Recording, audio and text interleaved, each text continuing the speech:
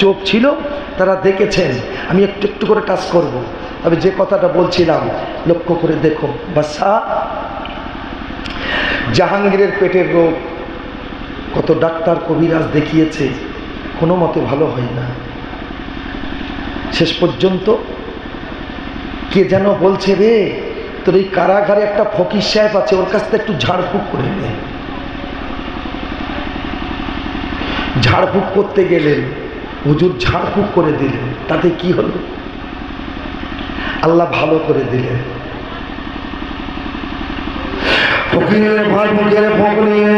জাহাঙ্গীরের শরীরে রোগ ভালো হয়ে যাবার কারণে সম্রাট জাহাঙ্গীর হযরতে মুজাদ্দেদে আল-ফিসানিকে জেলখানা থেকে মুক্তি দিয়ে হুজুরের হাতে হাত দিয়ে ঈমানের কলেমা তওবা পড়ে ঈমানের কলেমাটা পড়ে নিল। কিন্তু আমি আপনাদের কাছে একটাই কথা বলবো, ও মুসলমান, তারা কেন 850 বছর রাজত্ব করেছিল? তুমিও যে কলেমা পড়েছো, সম্রাট জাহাঙ্গীর সেই কলেমা পড়েছে। তোমার কলেমার সঙ্গে জাহাঙ্গীরের কলেমার পার্থক্যটা দেখো। সম্রাট জাহাঙ্গীরের বিবির নাম ছিল নূরজাহান। নূরজাহান শিকার করতে বেরিয়েছিল, হঠাৎ করে জঙ্গলে তীর ছুটতে একটা কাঠুরিয়ার লাগার কারণে কাঠুরিয়াটা মারা যেতে সম্রাট জাহাঙ্গীরের কাছে কাঠুরিয়ার প্রতি বিচার দিয়েছিল। বিচার দেওয়ার সঙ্গে সঙ্গে জাহাঙ্গীর বিচার করেছিল। কোরআন বলেছে কতলের বিনিময়ে কতল। আমার বিবি নূরজাহান যখন কাঠুরিয়াকে হত্যা করেছে, আমিও আমার বিবির বিচারটা কোরআনের আইন অনুযায়ী করব। বলছে আমি আমার বিবি নূরজাহানকে প্রাণদণ্ডের আদেশ দিলাম। নূরজাহান ছুটে এসেছে, হুজুর আমি আপনার হাতের পুতুলি গলার মালা নয়নের মণি, আপনি আমায় এক বিন্দু না দেখলে থাকতে পারেন না, কেমন করে আমার প্রাণদণ্ডের আদেশ দিলেন? বিচারটা আপনি সূক্ষ্ম করে করুন। সম্রাট জাহাঙ্গীর বলেছিল, ও বিবি, মাল কিনা বেচা করতে গেলে পাল্লার দরকার হয়, দাড়ি পাল্লার দরকার হয়, কিন্তু বিচার করতে গেলে মনের পাল্লাটা খাড়া করতে হয়। তুমি জানো না বিবি, আমি তোমার বিচারটা সঠিক করেছি। বলে হুজুর বিচারটা ঠিক করে করুন।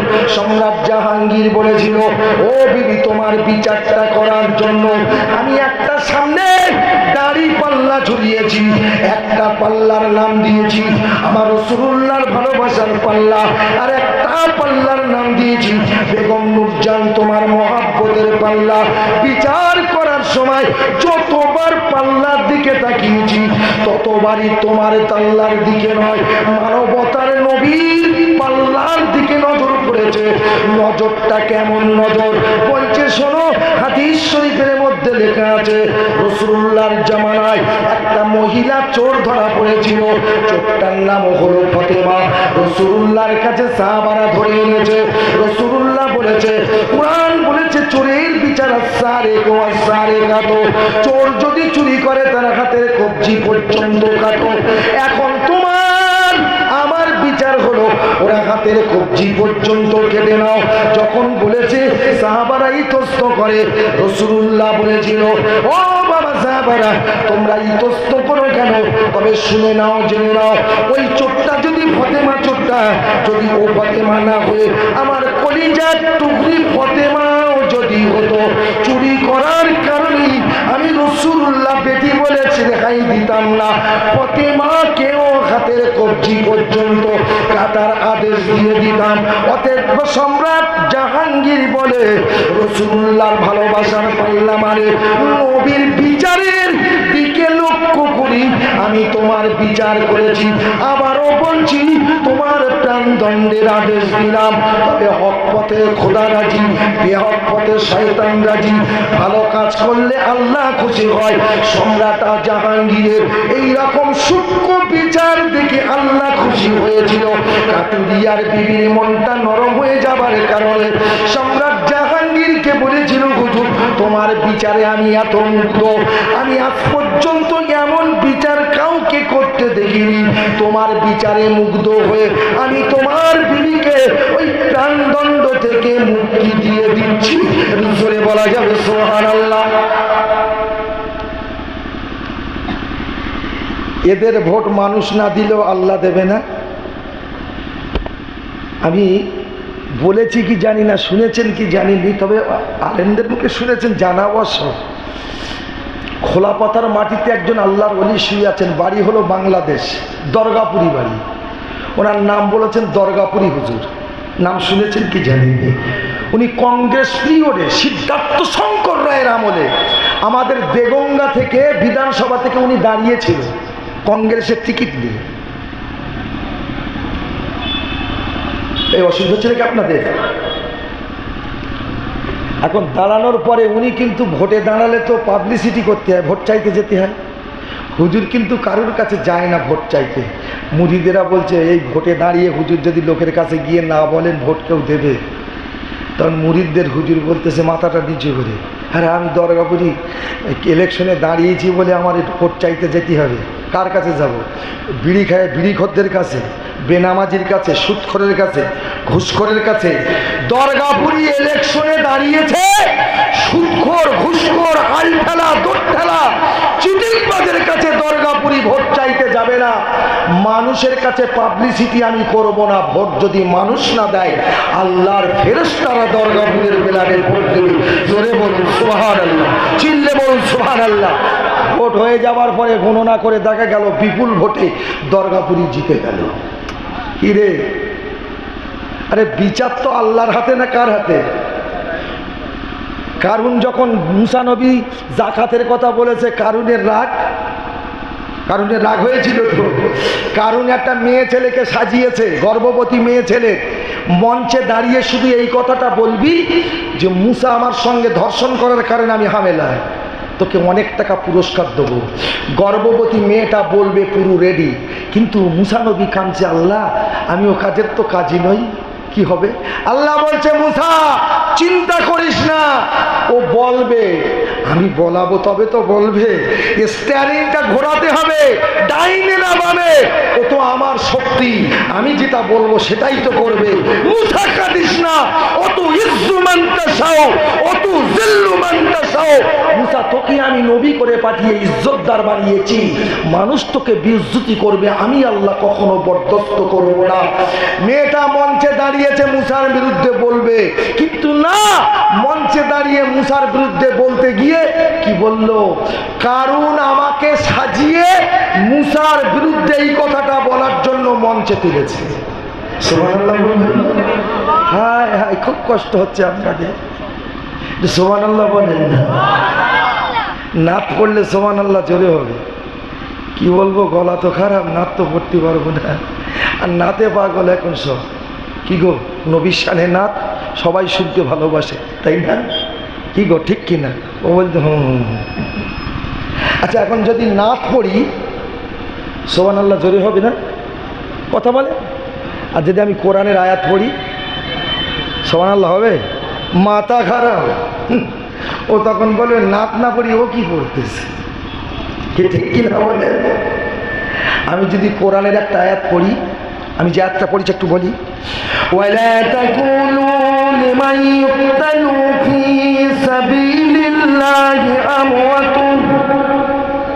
আমওয়াতুন বাল আহইয়ান ওয়ালাকিন লা তাশউরুন।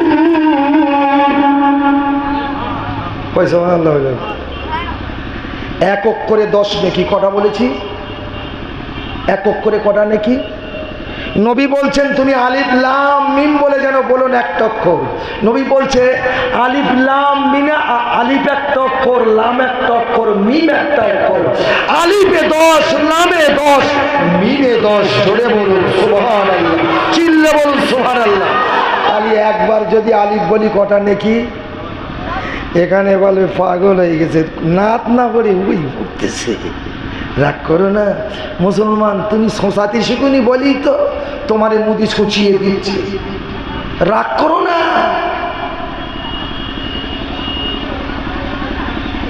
কদিন আগে করোনা হয়ে গেল না, সারা জীবনে টুপি মাথায় দেয় না, একদম ফাঁস কাতারে গিয়ে বসে রয়েছে, টুপি মাথায় দিয়ে ঘুনো ঘুনো পেশাব ফিরে পানি দিচ্ছে। এক ওয়াক্ত নামাজ পড়ে না, ইমাম সাহেবের বলতে চাই তালা বন্ধ কেন? সরকারের অর্ডার 10 জনের বেশি জমাত হবে না, মানে আমি রয়েছি তালা খুলে জমাত করো। আমার কথা বোঝা গেল না? সে মাল আর এখন দেখা যায় না। গজব দূর হবে না, আরো বাড়বে। রাগ করলে হবে না, বাস্তবটা বলছি। ভুল বলছি না ঠিক বলছি ভাই? যারা করোনা আসার পরে অজু করে নামাজ পড়তো, পেশাব ফিরে পানি নিত, তার গায়ে এখন নামাজ পড়তে দেখা যাচ্ছে?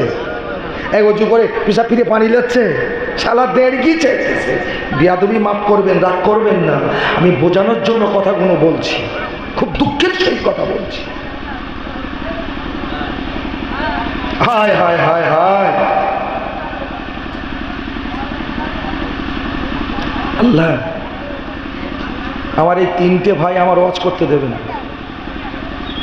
এই যে 3টে ভাই বসে আছে না, ভুল করেছি এসে, খুব ভুল হয়ে গেছে। তোরা ভাই তোর যদি অসুবিধা হয় ভাই উঠে যান, কেন আমি ওয়াজ করব, আপনি গল্প করবেন। ভাই একে তো এমনি লোক কম, তারপরে যদি গল্প, আমি তো আপনার শত্রু নাই ভাই। কি গো, আমাকে ভালো খারাপ মনে করছেন নাকি আপনারা? আমি তো আপনাদের ভালো মনে করি তো আপনাদের কাছে ওয়াজ করছি। যদি ভালো না লাগে উঠে যাবেন, কোনো ব্যাপার না। কত মানুষ তো চলে গেছে, তাদের উপর রাগ করেছি? আমার ভাই বাস্তবটা বুঝতে হবে। এর আগে এই যে শাহনওয়াজ মণ্ডল একটা কথা বলে গেলেন, শেষ ফিনিশিং, দান করলে নেকি হয়, দান করলে পাপ হয়। দান করলে নেকি হয়, দান করলে গুনাহ হয়, গুনাহ হয়। সুদের টাকা দান করা যাবে? এই ঘুষ লেবা টাকা দান করা যাবে? চিটিংবাজি করে রোজগার করা টাকা দান করা যাবে? ও টাকা দান করলে কি হবে? গুনাহ হবে। কথাটা খারাপ বলিনি। কদিন আগে আমাকে একজন ফোন করেছে, হুজুর মসজিদে 25 আর মাদ্রাসায় 25, 50,000 টাকা দেব। আমি বলি ও তো রাজমিস্ত্রির কাজ করে, 25-50,000 টাকা দেবে মানে? আমি কোনো কথা না বলে খোঁজ নিচ্ছি, খোঁজ নিয়ে খবর পাচ্ছি কি শুনবেন? লটারির টিকিট কেটে বাম্পার টাকা পেয়েছে। কথা বোঝা যায় না? লটারির টিকিট কেটে মোটা অঙ্কের টাকা পেয়েছে।